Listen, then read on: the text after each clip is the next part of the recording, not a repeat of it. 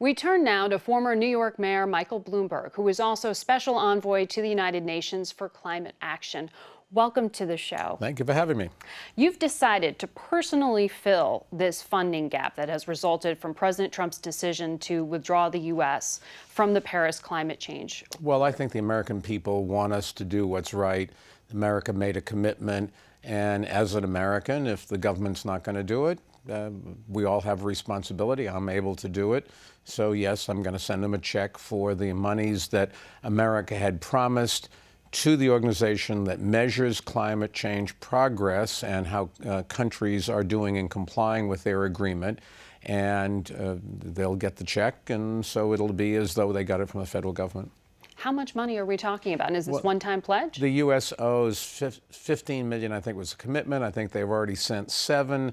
Now they've agreed in the budget to send $3, and so I'm going to send $4.5 to make it, to get it to what we had completed, or $3.5 and $3.5. So $4.5 million this year. Will you do the same next? Or we'll figure out. Hopefully by then, President Trump will have changed his view, which would be great, and gone in and honored America's commitment, because it's what's right for America and right for the world.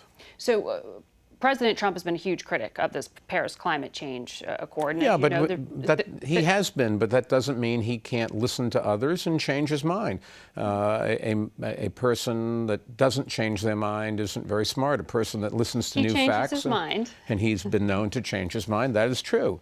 And I think what he'd be well advised to do, because it's the right thing to do, and probably it'd be good politically for him, although I'm not sure that that really is what he should drive him, but he should change his mind and say, look, there really is a problem here. America is part of the problem. America is a big part of the solution, and we should go in and help the world stop a potential disaster. But is that the issue writ large, or is it this particular agreement? Because one of the criticisms of this agreement, the Paris Climate Change Accord, is it's non-binding. It's basically not enforceable, and none of the developed nations who are part of it and signed on have actually met the benchmarks they set for themselves. But that aren't you concerned that you're throwing some good money after bad? Look, it's dangerous to keep doing what we're doing. If everybody would do the right thing, yes, it would be better. But if some people or some countries do the right thing, we all benefit from that. And so just because not everybody's going to reduce pollution, the fact that America can reduce pollution helps Americans and also citizens around the world. But the criticism is that industrialized nations aren't living up to those pledges. I can't speak for other nations. All I know is that America, I believe, will meet its commitment by 2025 to reduce greenhouse gases by an agreed amount. And if we do it, hopefully other countries will do it as well. And if they don't do it, we still will have done something for Americans who breathe the air and who live with the effects of climate change, which are noticeable, measurable, and very worrisome. We've had some real hurricanes with people getting killed and enormous destruction of property here in this country.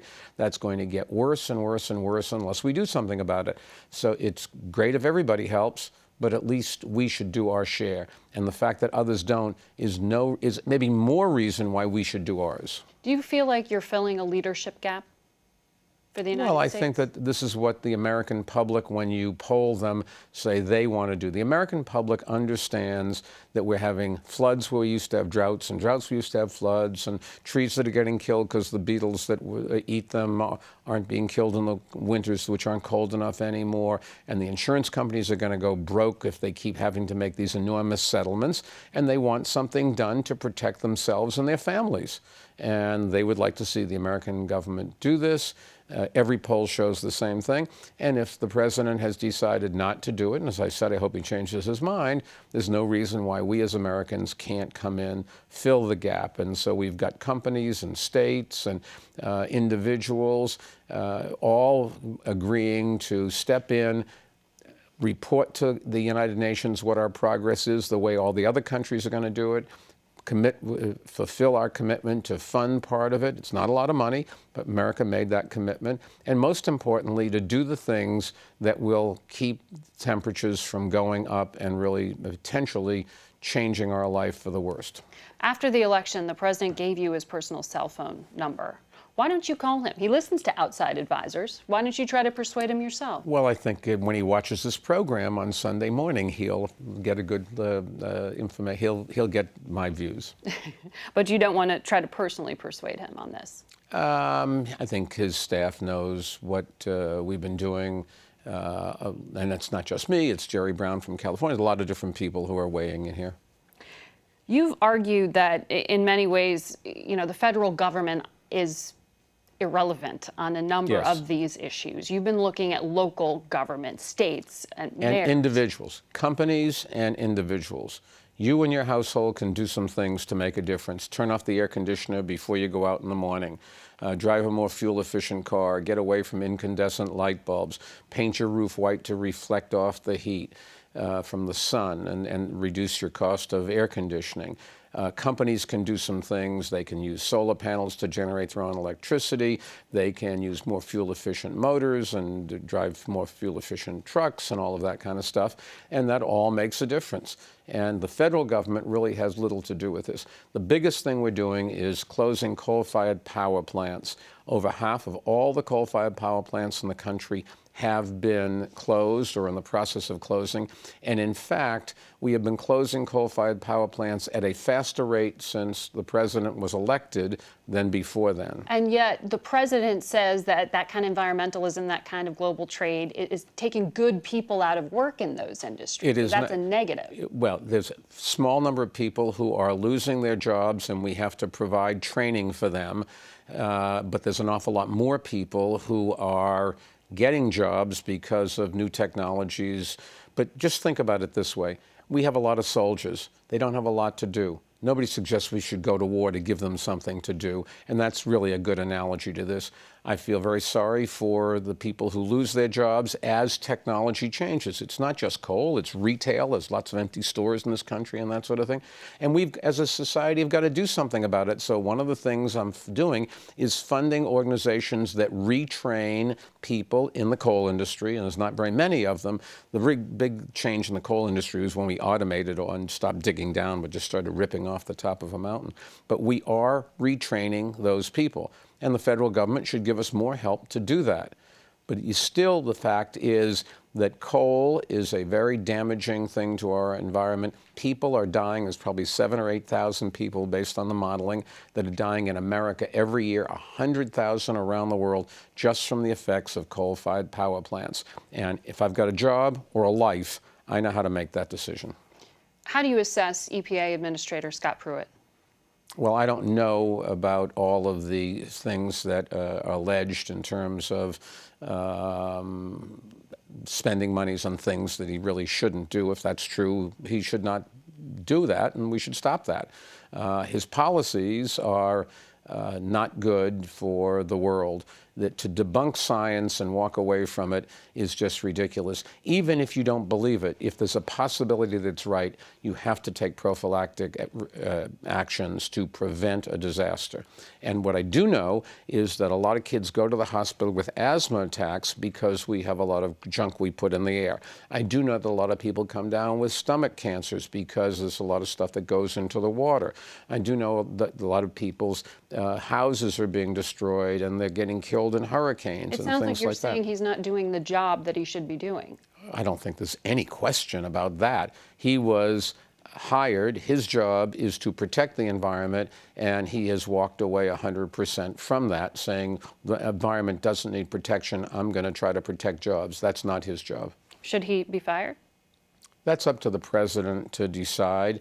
If he could get Scott Pruett to change his policies and do the things that the Congress that enabled his, that created his agency wanted him to do, then if the president wants him as one of his staff, he can keep him. But the issue is that what he's doing is very damaging to your health and your children's health and mine. But he would say, and the administration would say, that criticisms like yours are just pure politics, that climate change as an issue has become so conflated with these culture wars and with the left, and that's what it's really about. If there's anybody that's conflating it and making it a political issue, it's this administration that's making it a political issue. 99% of all scientists, after peer review, say that something is happening in the world. It's changing.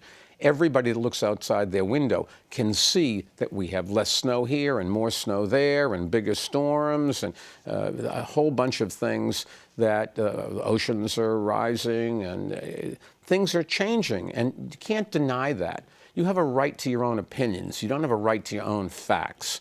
And the science says this is happening. You can question whether or not it's going to happen fast or slow. You can question whether or not there aren't other things involved as well as pollutants being put in the air. But when you just track the following, 17 out of the 18 hottest years on record have been since the year 2000. Just think about that. The North Pole, it was above freezing in the middle of the winter a month ago. Something is going on, and we have to prepare for the worst. And if you were a business person and you said, I'm not going to do anything, I'll run the risk of our plant right by the water getting inundated, you'd be fired right away. We'd say, what do you mean? Build a wall, buy an insurance policy, have a backup plan, a backup facility, train your people, and we're not doing that. It sounds like in your description on the climate front, you see a real vacuum of leadership. Do you see that on some of these other issues that you have been quite active on? Well, I think there's no leadership on keeping guns out of the hands of criminals, minors, and people with psychiatric problems, which this country should be ashamed that we're not doing. I think the Second Amendment gives you the right, and I'm happy it does, I suppose, that we have the right to bear arms. I used to have a rifle, a .22 caliber rifle. I got my rifle merit badge in the Boy Scouts. But to let people who are dangerous have weapons is just not an intelligent thing to do. And all we have to do is have sensible background checks. In fact, the federal law requires background checks for every gun sale from a gun store. It does not cover gun shows and internet sales because when the law was written, they didn't exist. Common sense says you just expand it to those other two categories. And in the 19 states that have done it at a statewide level, murders with guns are down dramatically. Suicides are down dramatically. It really does make a difference to just check and see before we let people buy guns. And when you poll the public, overwhelmingly, 80, 90%, including NRA members and gun owners, think we should not allow people who are minors, people that have criminal records, or people that have psychiatric problems to buy guns. Yet it seems there was a conversation about all of those things you just listed in the wake of the Parkland school shooting. Correct. And that student movement. What happened to that? It seems like the momentum has slowed. Well, we'll see whether in the next election cycle, what the students tried to do is to say to people, go out and vote based on this issue. We'll see whether that happens. I hope it does. And one of your organizations, Everytown for Gun Safety, is focused very much on mobilizing those younger voters. Absolutely. What we're focusing on is more at the state level. And we've got 18 states that have enacted gun background checks, a 19th state that has voted for it, but the governor, this is in Nevada, the governor has refused to enforce the law. But in those states, suicide rate with guns, for example, is half the national average. This really does make a difference. And so we're working at the state level. But I hope the fact that these young people came out and had their say, that people listen to them and they don't want to have a risk when they go to school. Nor do you want to just be in the streets and have somebody shoot you. But do you need to do something between now and November for that to actually matter at the ballot box when it comes to these congressional I think all of us have a responsibility between now and then. Call your congressman, call your senator, and say, we want you to do something about this. I don't want to have my child at risk. I don't want to personally be at risk from crazy people who shouldn't have guns. Not trying to take guns away from anybody else, as long as they use them responsibly, and states write issues whether you can carry or not. Every state has a different view, and that's the way the law works.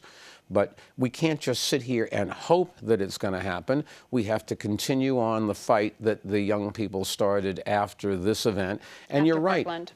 After Parkland. And there have been a number of these cases where after this we say, that's enough, it's never going to happen again. And it does happen again. But someday, one time, it is going to stop.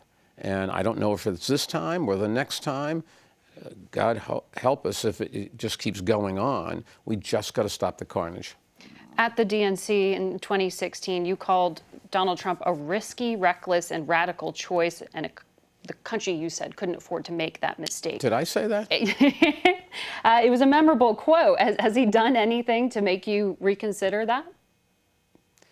I don't know that you're helping anything by going and criticizing somebody. Donald Trump was elected, had got 63-odd million votes, and I've said this before, I want him to do a good job. Mm-hmm. He is our duly elected president. I did not think he was the right choice in the binary choice between Donald Trump and Hillary Clinton. Do you think he's doing a good job? I think I would give him an incomplete grade. Some of the things that he's done, I don't agree with. The style of changing your mind every day and leaving your staffs out there to make embarrassing things that you don't back them up. And the turnover in the administration is really dangerous and worrisome, not fair to people.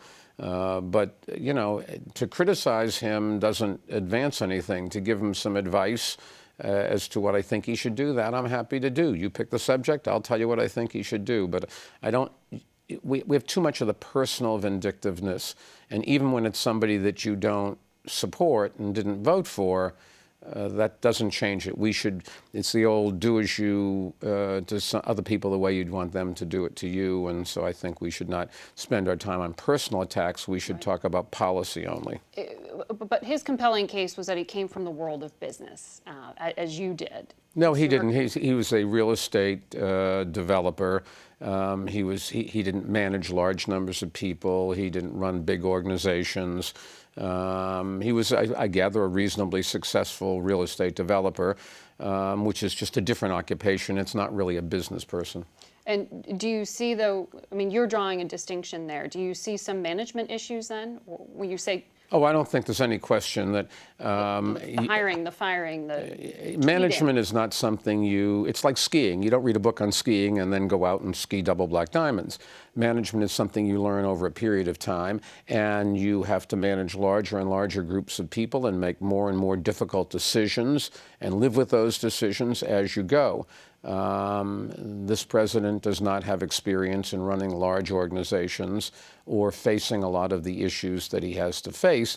And the one time I talked to him after he got elected, my advice to him was get people, regardless of their political persuasion, who have expertise in each of these areas that you're not an expert on, defense and business and economics and international relations, et cetera, and give them authority to go along with responsibility, and then let them do it even when there are things that you don't agree with. You can't agree with everything, and you will never attract good people unless you let them have their head and do some things and make decisions. And when they make decisions that you don't necessarily agree with or that don't turn out to be the right decisions, you have to back them up.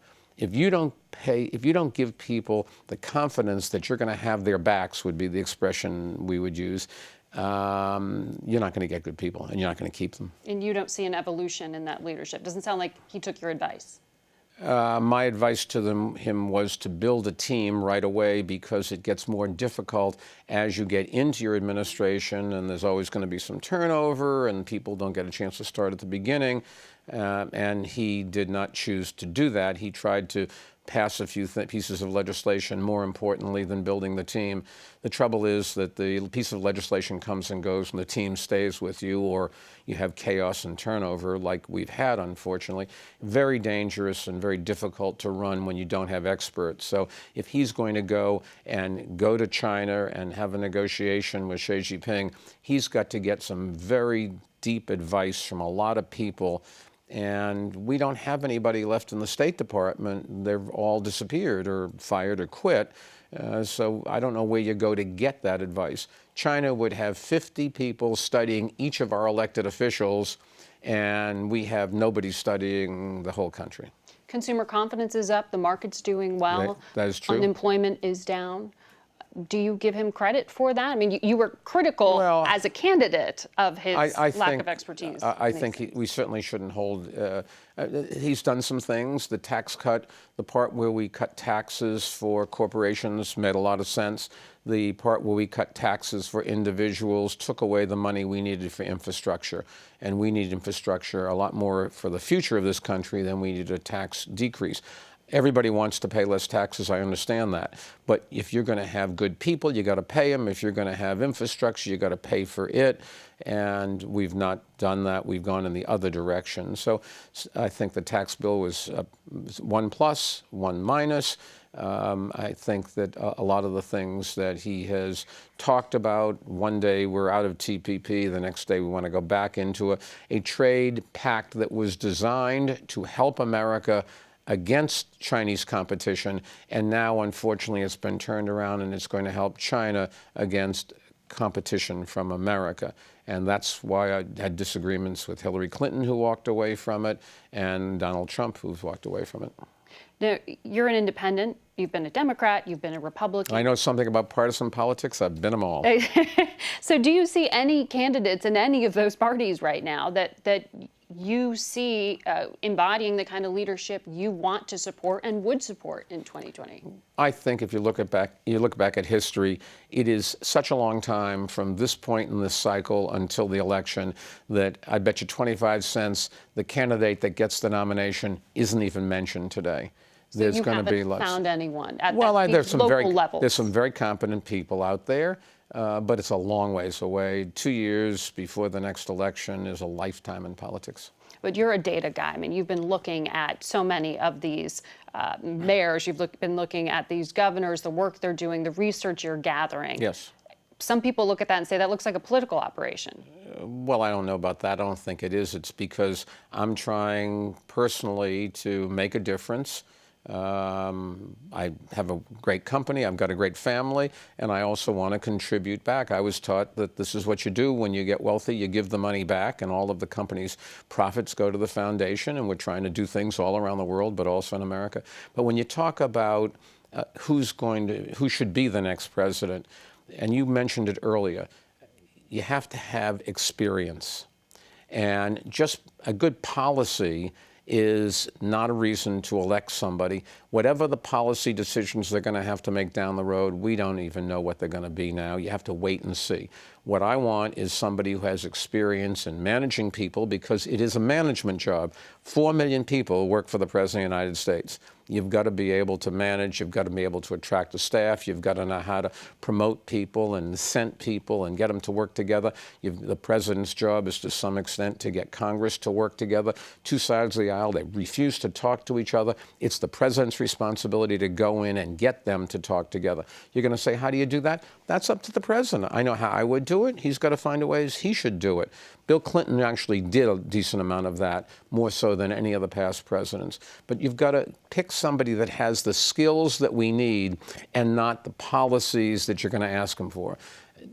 Every one of these policies are not the ones that they're going to have to face down the road. So let's focus on what we really need. You need a manager. You need a leader. You need somebody who can say, look, this is where we should go. Let me convince you, and I'm going to lead you to that result. Not, the polls say you want to go someplace, I'll follow you there.